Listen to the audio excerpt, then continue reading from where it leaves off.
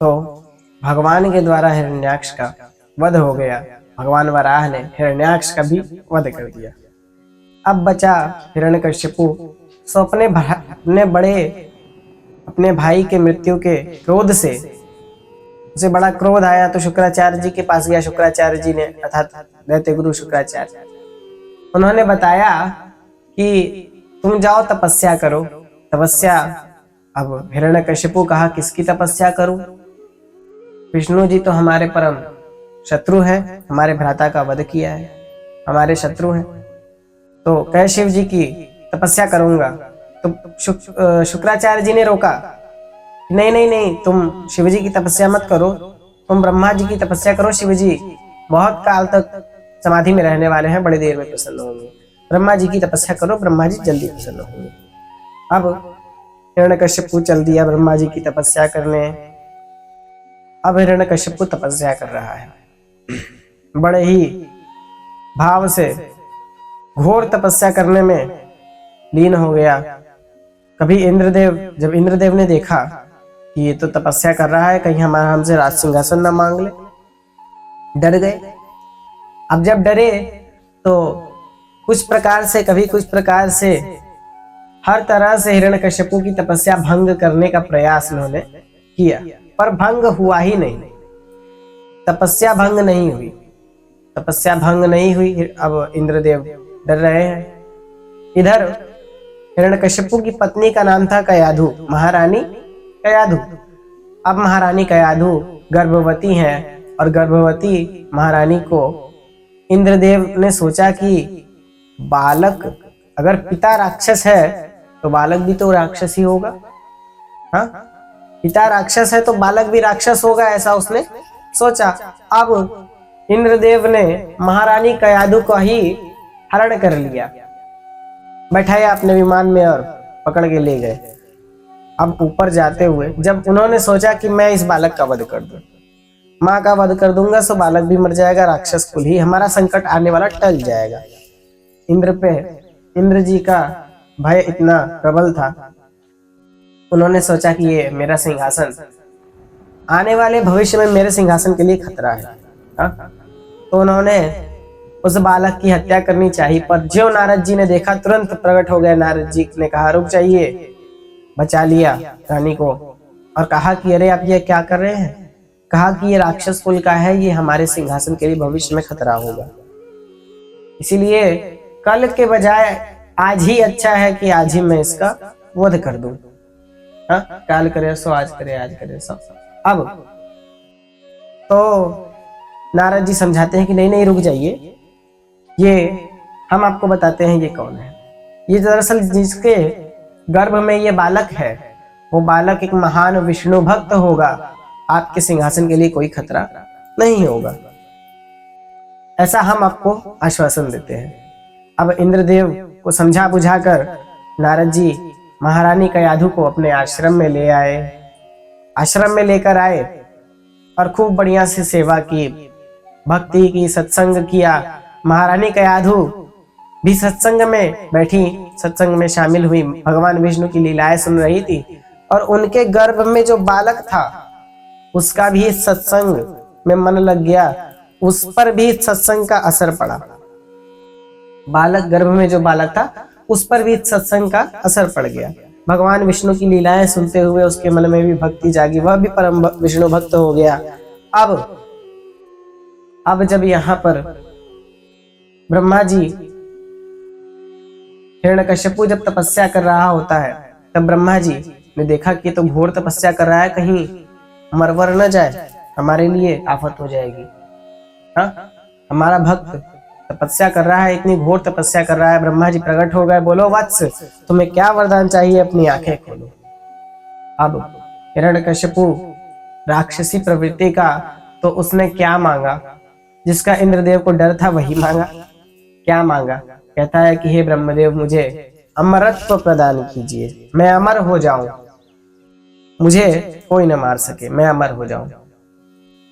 ब्रह्मा जी ने कहा इम्पॉसिबल, असंभव ये हो ही नहीं सकता। अमरता का वरदान न मैं दे सकता हूं, न कोई सृष्टि में देवता ही दे सकता है तुम्हें। अमरता इस सृष्टि में, सृष्टि का नियम है, जो जन्मा है वो मरेगा, जो जन्मा है वो मरेगा। हाँ, ईश्वर अजन्मा है, उसकी बात और है। ईश्वर अजन्मा है, हम लोग जन्म लेते हैं तो हम मरेंगे। अब हिरण्यकश्यपु थोड़ा सोचने लगा, क्या करूं क्या करूं। हाँ, एक तरीका उसने सोचा। अब सोचा, कहा हे ब्रह्मदेव, अब हमें आप चालाकी देखिए, उसकी आसुरी प्रवृत्ति कैसी है। चालाकी दिखा रहा है भगवान ब्रह्मा से, 4 सिरों वाले चतुरानंद ब्रह्मा जी से चालाकी दिखा रहा है। हाँ, बुद्धि के देवता से चालाकी दिखा रहा है, और बुद्धि के देवता ब्रह्मा जी मुस्कुरा रहे हैं। अब ब्रह्मा जी से क्या कहता है हिरण्यकश्यपु की, ठीक है, अच्छा, मैं अमरता मत दीजिए, मुझे इतना वरदान दे दीजिए कि न मैं दिन में मरूं, न रात में मरूं, न भीतर मरूं, न बाहर मरूं घर के, न भूमि में मरूं, न आकाश में मरूं, न नर मार सके न पशु मार सके मुझे। अब दिन रात वधा में ना जाऊं, पशु नर खर से दानव खल से, रिप असुर घात आयुध बल से, भीतर न मरूं बाहर न मरूं, दिन में न मरूं। तो वरदान ब्रह्मा जी कहे कि अच्छा ठीक है, चलो तथास्तु। न तुम्हें कोई बाहर मार सकेगा, न भीतर मार सकेगा, न आकाश में न भूमि में मरोगे, न कोई नर मार सकेगा, न पशु मार सकेगा। हाँ, ऐसा ऐसा वरदान ले लिया। अब जब वरदान मिला तो बड़ा घमंड में, हाँ मैं अमर हो गया, ऐसे सीना ताने चलने लगा घमंड में। अब वो घमंड में फूले ना समाये। सोचा कि मैं अमर हो गया, इनडायरेक्टली तरीके से मैंने अमरता पा ली, ब्रह्मा जी को मूर्ख बना दिया। अरे उसे क्या पता, असुरी प्रवृत्ति का है, उसे क्या पता। हा? तो असुर ऐसे ही होते हैं, दूसरे को देखकर कहते हैं कि ये हमसे नीचा है। अगर विद्वान व्यक्ति भी उनके सामने आकर खड़ा हो जाए ना, तो उसके सामने खुद विद्वान बन के सीना तान के ऐसे खड़े होते हैं, ऐसे। अरे झुका, आपने आम का पेड़ देखा होगा, झुका हुआ होता है क्योंकि उसमें रस ही रस होता है। हाँ, आम में रस ही रस होता है, उसके फल में, उसका फल कितना रसेदार होता है, उसका फल कितना आनंददायी होता है, कितना मीठा होता है, और वो झुका हुआ होता है। कई कई बेचारे की टहनियां भी टूट जाती हैं, कई कई बार तो हाँ टूट भी जाता है। तो आम झुका हुआ होता है, जो मीठा होता है। और आपने बबूल को देखा होगा, कांटे कांटे कांटों से भरा हुआ पेड़ है, एकदम सीधा तना हुआ खड़ा रहता है घमंड में। कांटों से भरा है, बुराइयों से भरा हुआ है, इसीलिए खड़ा है। हाँ? तो ये होता है, आसुरी प्रवृत्ति ऐसी होती है, झुकता नहीं है मनुष्य। अब झुका नहीं, सोचा कि मैं अमर हो गया, चल दिया। अब जब उसको पता लगा, चला पता तो लग गया कि इंद्रदेव ने उसकी महारानी का हरण किया है, हरण किया था। तो अब और ये भी पता लग गया कि देवर्षि ने उसे अपने आश्रम में सुरक्षित रखा है। संतुष्टि मिल गई, पर इंद्रदेव के ऊपर बड़ा बौखला गया।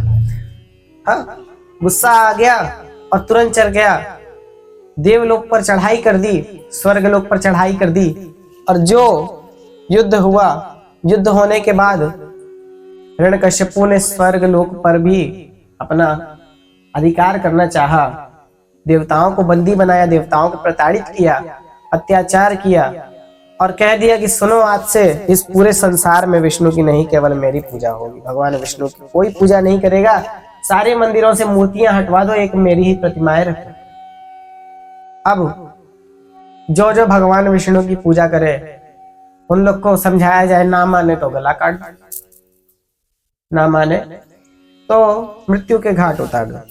यही नियम लागू कर दिया था कि अब हिरण्यकश्यपु ही इस सृष्टि का भगवान है। ठीक है, इतना हुआ। पर जब प्रहलाद का जन्म हुआ, जब प्रहलाद थोड़े बड़े हुए, जब गुरुकुल जाने की बारी आई, अच्छा हिरण्यकश्यपु देखता था कि सदा इसके जुबान पे, नाम पे, जिह्वा पे केवल विष्णु, भगवान विष्णु, श्रीमन नारायण, केवल भगवान विष्णु का ही नाम रहता था। बड़ा बौखलाया हुआ था। हम मेरा पुत्र और विष्णु का भक्त, हाँ, असुरराज का पुत्र, इसे सिखाना होगा। क्रोधित हुआ, जब क्रोध आया तो गुरुकुल भेज दिया, कहा जाओ तुम पढ़ो, तुम्हारे गुरु तुम्हें सिखाएंगे कि कैसे बोलना चाहिए बड़ों के सामने। वहां बड़ों के सामने शिष्टाचार दिखाया प्रहलाद जी ने, तो उसे लगा, बड़ों के सामने भक्ति दिखाई तो उसे लगा कि ये मेरा अपमान कर रहा है, सृष्टि के भगवान का अपमान कर रहा है, हाँ? तो गुरुकुल भेजा। अब गुरुकुल में वही सिखाया जाए जो हिरण्यकश्यपु कहे। तो ये हिरण्यकश्यपु को भगवान बताने लगे, उसके गुरु, दोनों गुरु थे, दोनों गुरु भगवान बताने लगे। अब प्रहलाद जी ने कहा नहीं नहीं, मेरे पिता भगवान नहीं है, भगवान भगवान विष्णु है, केवल वही इस सृष्टि के चराचर जगत के स्वामी है। तो अब वहां उनके कई मित्र बन गए, कई सखा बन गए। पहले तो इसलिए सखा बने कि राजशाही खानदान से है, फिर दूसरी बार जब उन्हें समझ में आया कि ये विष्णु भक्त है, तब वे सखा पक्के वाले मित्र जो है। अब प्रहलाद जी के कई सखा बने। एक बच्चे ने टोक दिया, कहा कि तुम विष्णु भक्त हो, तुम्हारे पिता तो असुरराज है, वही भगवान है, हमें तो यही पढ़ाया गया है। मतलब हमने जो पढ़ा है गलत पढ़ा है। होता नहीं है, कई लोग आजकल आपसे ज्ञान में ज्यादा तेज हो, अरे ज्ञान में आपसे नीचे भी रहेंगे तो बोलेंगे कि तुम हमारे सामने ऐसे आते हो जैसे तुम्हें ही सब पढ़ा है और हम तो बस पन्ना पलट के पास हुए हैं। तो ये ताना मारना कई लोगों की आदत होती है, बोलते रहते हैं, तो उन सबको जाने दीजिए। अब यहाँ एक बालक ने टोक दिया, प्रहलाद जी ने कहा कि नहीं नहीं, मेरे पिता भगवान नहीं है, मेरे भगवान विष्णु हैं, इस सृष्टि के भगवान विष्णु हैं, वो कुछ भी कर सकते हैं, कुछ भी कर सकते हैं, मैं उनका भक्त हूं, मैं उनका ही पुत्र हूं।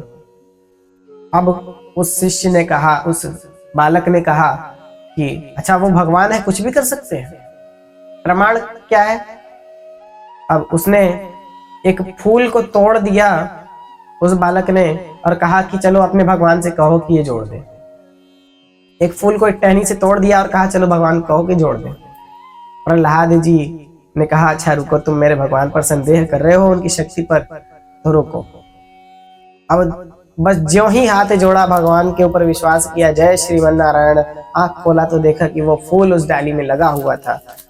सारे शिष्य देखकर दंडवत हो गए, सब सोचने लगे कि ये क्या हो गया। गुरुकुल में चर्चाएं होने लगी, भक्त प्रहलाद ऐसा है, हिरण्यकश्यपु का पुत्र ही ऐसा है। अब ये जब बात हिरण्यकश्यपु को पता चली कि गुरुकुल में भी इसने विष्णु भक्ति का प्रचार करना आरंभ कर दिया है, तब उसे तुरंत गुरुकुल से बुलवाया, उस पर अनेक प्रकार के अत्याचार किए, हाँ, अनेक प्रकार। कभी जब बहुत क्रोध आया तब उसे जहरीले नागों से भरे हुए कारागार में डाल दिया।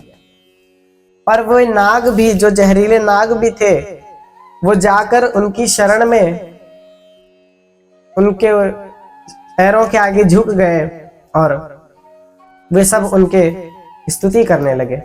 ये देखकर पहरेदार घबरा गए, पहरेदारों को ही उन नागों ने काट लिया, जो जिन्होंने नाग छोड़े थे। तो उल्टा असर हुआ, भगवान विष्णु का स्मरण किया भगवान विष्णु ने सबको। तो अब इससे भी ना कुछ हुआ तो त्रिशूल से उसके शरीर के छेद करवाने चाहे, टुकड़े टुकड़े करवाने चाहे, पर त्रिशूल आर पार हो गया। भगवान विष्णु का स्मरण कर रहे हैं प्रहलाद जी, और यहाँ त्रिशूल का आभास तक नहीं हो रहा है कि कुछ चुभ भी नहीं रहा, उन्हें पता भी नहीं लगा कब त्रिशूल। तो कई प्रकार के अत्याचार किए, कभी ऊपर पहाड़ी से नीचे फेंकवा दिया तो भगवान विष्णु ने अपनी गोदी में आकर उसे पकड़ लिया, अपने गोदी में उसे बचा लिया। कई कई बार अत्याचार किए, ऐसे ऐसे अनेक। मरना चाहिए, क्यों नहीं मर रहा है, इसकी मृत्यु क्यों नहीं हो रही? हिरण्यकश्यपु बौखला गया, ठीक है मेरा पुत्र है, भले आज से ये मेरा पुत्र नहीं, आज से ये मेरा शत्रु। तो अपने पुत्र को ही शत्रु मान बैठा। अब होलिका को बुलाया। रामबाण इलाज, उसने सोचा कि होलिका रामबाण इलाज है, अब यही मेरे पुत्र की मृत्यु का कारण बनेगी, ये इसी के द्वारा होगी अब इसकी मृत्यु। क्योंकि होलिका को ब्रह्मा जी का वरदान था कि तुम्हें अग्नि जला नहीं सकेगी। तो उसने क्या सोचा, हिरण्यकश्यपु ने चिता बनाई और चिता पर प्रहलाद के संग होलिका को बैठा दिया। होलिका की गोद में प्रहलाद जी को बैठा दिया। अब ब्रह्मा जी ने यह भी कहा था कि इस वरदान का दुरुपयोग मत करना वरना उल्टा असर होगा। हाँ, ब्रह्मा जी ने यह भी कहा था, पर होलिका भूल गई। हाँ, इसी के दुरुपयोग करने, इस वरदान का उसने दुरुपयोग किया, किसी के अहित के लिए इस वरदान का दुरुपयोग कर दिया। बस यही उसके विनाश का कारण बन गया। होलिका प्रहलाद की बुआ थी, हिरण्यकश्यपु की बहन। अब होलिका में ज्यों ही चिता में आग लगाई गई, त्यों ही सबको लगा कि बड़ा आनंद आ रहा है, प्रहलाद जल रहा है। प्रहलाद जी हाथ जोड़कर भगवान विष्णु का ध्यान कर रहे हैं, श्रीमन नारायण नारायण हरि हरि, भगवान का ध्यान कर रहे हैं। अब यहाँ आग लगी और होलिका हंस रही है, पर हंसते हंसते अचानक चीखने लगी। सबको लगा कि प्रहलाद जी चीख रहे हैं, पर जब अग्नि शांत हुई, जब केवल राख ही राख बची और प्रहलाद जी बैठे मिले हाथ जोड़कर, होलिका राख हो गई। होलिका की केवल अस्थियां ही मिली। हाँ, होलिका जलकर राख हो गई, होलिका भस्म हो गई अपनी ही। घमंड की अग्नि बड़ी प्रचंड होती है, घमंड नहीं करना चाहिए, क्योंकि इस घमंड की अग्नि आप ही को जलाकर भस्म कर देगी, जिस प्रकार से होलिका को जलाकर उसी के घमंड की अग्नि ने भस्म कर दिया।